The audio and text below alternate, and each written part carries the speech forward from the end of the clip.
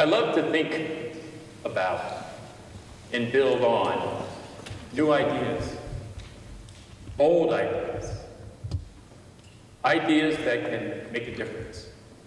I'm a social entrepreneur, and I believe in the power of ideas to improve the common good. But thinking and building are really about rethinking and rebuilding ideas that have come before. So what makes a big idea come to life?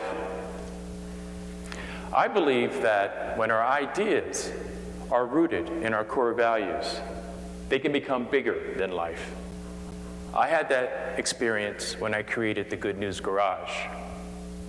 Good News Garage. That sounds like an oxymoron. What good news might you get from a garage if you hang around and finally get your car in for service? But what are your core values? And why are they important? I believe that our core values are rooted in our stories. And if you think the stories that have shaped you and made you who you are, you may see the thread of core values that link your stories and that make your stories come to life. I have a story that I want to share with you that has had a lasting impact on my life. I came of age during the 1960s, growing up through the Civil Rights Movement in York, Pennsylvania, when change was heavy in the air. And people ask me where York is located. I'll say you have Philadelphia in one corner of the state, Pittsburgh in the other corner, and in between you have LA, Lower Alabama. York was, and still is in many ways, a southern city just north of the Mason-Dixon line. My father was a trailblazer, God rest his soul. His idol was Martin Luther King, and my dad became a drum major for justice. In the 1960s, the racism in York was palpable. You could feel it. If you wanted to get ahead as a black person, you really had to push the status quo. My father would tell me over and over, if I was going to be successful, I had to be twice as good as a white person. I had to learn to fight for what was right, and I had to stick my neck out. I had one of these kinds of experiences when I was in the 8th grade. The Chantilly's brothers operated our public pool and the surrounding pools in York. That was 1966. The York pool had been integrated several years before, but there was a town south of York where it had a pool for whites only. And one day my father said, the time has come, this has to change. So he organized a group of black activists from our community, and they confronted the town with legal action to integrate the pool. They were not successful, but they tried it again the next year in 1967, and the Chantilly's brothers, along with the town, finally gave in, and the pool was open for all. Why do I share this story? Because this story is rooted in my core values of truth and justice. It was that fall, and my 8th grade health teacher was none other than Mr. Joe Chantilly's. And you could imagine he was not very happy to see me in his class. So one day, as class begun, I raised my hand. I needed to go to the bathroom. He denied me permission. So I sat there and thought about, what do I do with this? Well, it was simple. I had to go to the bathroom. So I got up and walked out of the class. And no sooner than I got out in the hall, this 6'2", 250-pound man came barreling down on me and grabbed me by the nape of my neck and slammed me against the locker and was pounding in my chest and screaming at me. I was stunned. I was in shock. And the next thing I knew, I was in the principal's office, recounting what had just happened. I called my father at work. He came over right away, and we went to the hospital. I had these sharp pains in my chest. They took x-rays, nothing fractured, just some contusions. So later that evening around the kitchen table, we talked about what had just happened and what will our response be if Mr. Chantilly is attacking me. Well, my father said, let's rethink this. So he called over a friend of ours, longtime friend, Bob Maynard, who at that point was the only African American working for the York Dispatch, our local paper. So I told Bob my story. And Bob suggested, you know what? I want you to write that story, and we'll make sure that gets into the op-ed section of the paper.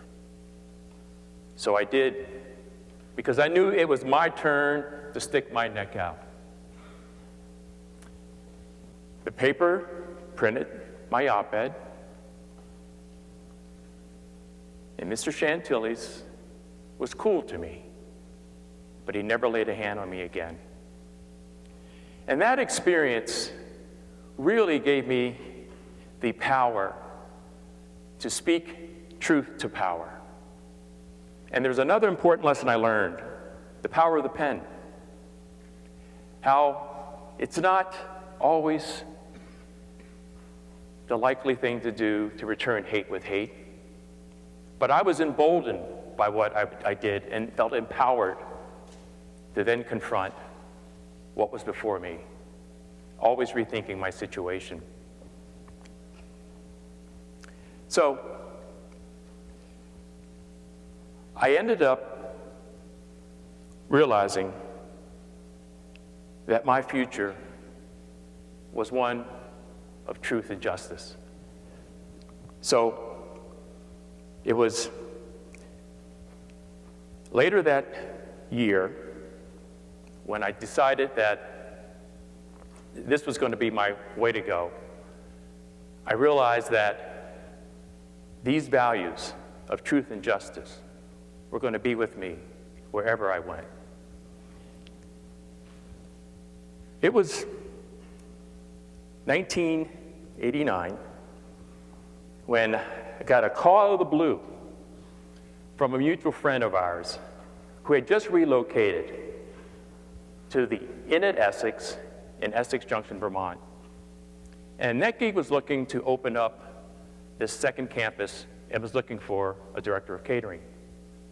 So I decided that, well, let's check this situation out. I wasn't quite sure what side of Vermont bordered New Hampshire, but I knew it was north, and I knew it was foreign. But I went to visit, and it was love at first sight. And I realized that this was a new beginning. And I remember talking to my wife about, wow, wouldn't it be great if we could just pick up the kids and move to a foreign country? Have the experience of living abroad? Well, we did. We moved to Vermont. And it was a foreign country. Yet, there was something special about this place. And we eventually made it home. And I really took pleasure in knowing that my family of 5 bumped the percentage of African Americans by 0.3%. But another part of my story is, I think, revealed in this iconic photo. Rosa Parks looking out, rethinking her life story. Rosa Parks, on December 1st, 1955, boarded a bus in Montgomery, and she wanted to go home. But on that day, she initiated a new movement in America, a movement to achieve freedom and equality for all. So she boarded the bus, sat in the middle section, behind the section for whites only. And as the bus filled up and all the seats were taken, Ms. Parks realized something was going to happen. So a white man got on the bus. The driver ordered all the blacks sitting behind the white section to give up their seat. But Mrs. Parks quietly sat there and remained seated.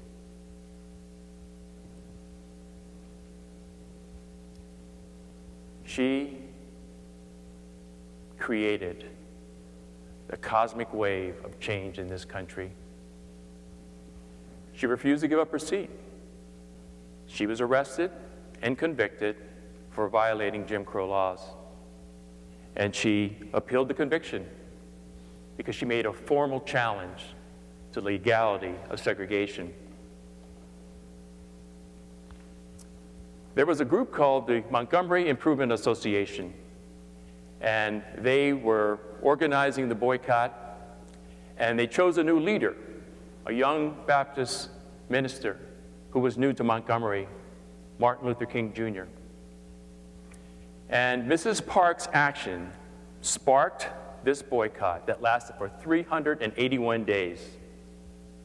And then the Supreme Court finally decided that the segregation law was unconstitutional, and the buses were integrated. So, after moving to Vermont and realizing that I had an opportunity to try out a new life, it was fascinating when we were about to leave, because all of our friends were just stunned. Why are you leaving? Where are you going? Why are you doing this? And I really told them, I'm not really sure why, but I believe I'll find out when we get there. And before I had left, I had met this very interesting woman, Connie Parvey. She was a pastor here in Vermont at a church in Jericho, Vermont. She was a guest preacher at our church, and so there was something interesting about her, something intriguing about her. So it was our first winter in Vermont, December, and if I recall, in that 1989 December, there wasn't a day when the temperature went above zero, and I knew we were in another country. So my daughter Marissa was in the Estes Children's Choir, and they were having a holiday concert. So I'm making my way through the crowd to find Marissa, and Connie Parvey walked right by me. I immediately stopped, tapped her on the shoulder, and said, "Excuse me, I know I've met you before in Philadelphia." She said, "Yes, that's right," and invited us to come out to their church in Jericho and see if that would be a home for us. 2 months later, I took my family to Good Shepherd Lutheran Church, and it was love at first sight. We joined the church and became Lutherans. 4 years later, in 1993, I had a midlife crisis at age 40. I was working at the Capitol Plaza Hotel in Montpelier, and I was tired, working over 70 hours a week. I was fried. I was done. I wanted out, and I quit. I went to work for Chittenden Community Action, never working in the social service sector before. But there was something about that organization, and I was very fortunate that the director saw something in me. My wife, Beverly, are you okay? Having left a well-paying job to one that's not making a lot of money. But for me, working at Chittenden Community Action was a way to reconnect with my core values of truth and justice. I had really enjoyed that work. I was able to advocate for those who were struggling with a lack of resources and to help them find their way. So it was 3 years at Chittenden Community Action, became associate director, and in 1994, Deborah walks into my office. I'm on direct service that day, serving whoever comes to the door. She's a single mom on welfare with 2 kids. She's in tears. She just bought a car for $500. Couldn't drive it home, had no brakes. This problem was Deborah's problem, because Vermont did not and does not have a used car lemon law.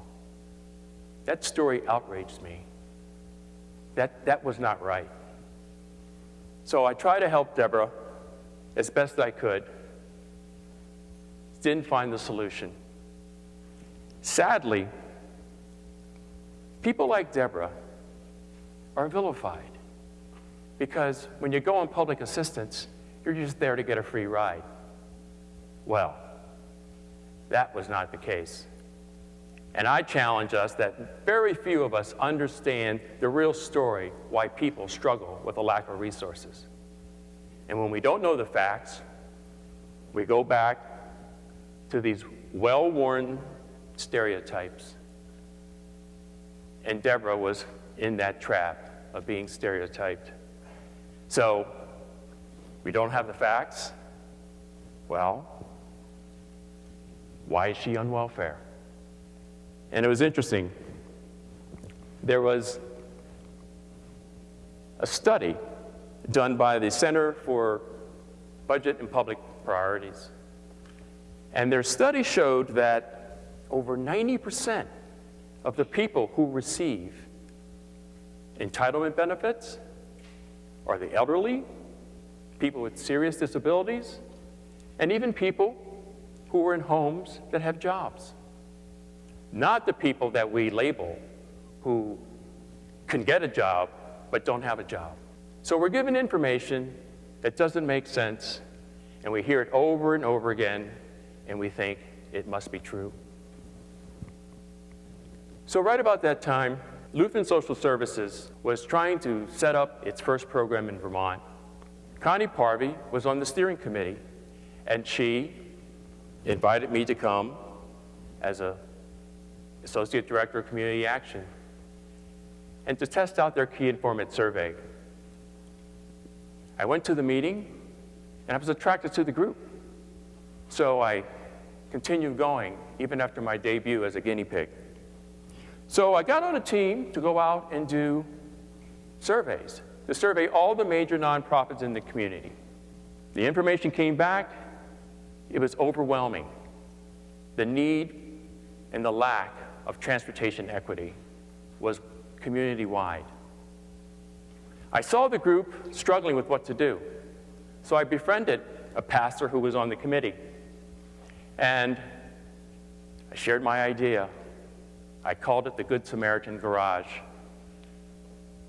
Rebuild a life by rebuilding a car. He thought it was a great idea, and he encouraged me to present it to the group. Well, I needed that encouragement because I thought it was kind of wacky to offer this garage program to this faith-based organization. So when I went to the next meeting, I had my one-page concept, the Good Samaritan Garage, and it was like a Pentecostal moment. The entire group was excited. They were so excited, it sounded like they were speaking in tongues. I knew I was onto something, and I knew then and there why I had come to Vermont. I went home that night with Connie Parvey, and I shared with her my calling and why I was in Vermont. It was July 1st, 1996, with a $35,000 startup grant, and leaving my job at Community Action, moonlighting at Klinger's Bakery to make ends meet, we launched the Good News Garage. We had no business plan. We had no startup capital. We were building it as we flew it. And I knew this was going to be. It was Bernie Sanders, then our congressman, now our senator, got success about our story and wanted to know more about it. He had gone to 2 different town meetings in the Northeast Kingdom where he learned about single moms whose lives were being rebuilt because of the Good News Garage car they received. So I got a call from his staffer, Warren Gunnels, in Washington, D.C., and he wanted to know, what could we do to help you grow your program? At that time, we were launching a capital campaign to raise $1.7 million to accommodate this new 11,000 square foot space that we were planning to move into. So I said we could use $1 million. So 3 months later, I got a call from Bernie Sanders, who said that he had secured an earmark for our expansion project for $850,000. 3 months later, it was early 2003, we moved into our new home. I was pinching myself. It was just an amazing journey. What is your personal mission statement? What are your core values? What is your story? I believe that I pursue justice so that all can experience the truth. We are all given a difference to make a difference. And those differences are called days. We get them one at a time with no guarantee for tomorrow. What will you do to make a difference to improve the common good? Rebuild to rethink through story. Thank you.